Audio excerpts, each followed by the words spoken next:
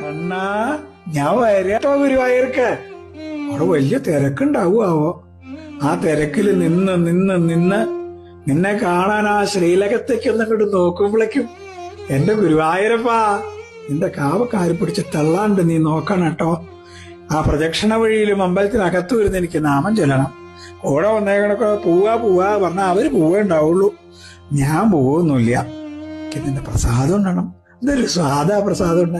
എന്നിട്ട് ഇങ്ങനെ അമ്പലത്തിന്റെ ചുറ്റും ഇങ്ങനെ കറങ്ങി നടക്കുമ്പോ നല്ല പുഞ്ചിരിയുള്ള മയിൽപ്പീലി ചാർത്തി ഉണ്ണിക്കണ്ണനെ ഞാൻ വാങ്ങും. എന്നും കാലത്ത് കുളിച്ചു തൊഴാനാ.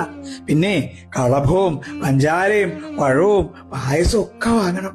കാലത്ത് കുളിച്ച് ആ കളഭം തൊടുമ്പോ കണ്ണാ, വീണ്ടും ഞാൻ ഗുരുവായൂരെത്തും.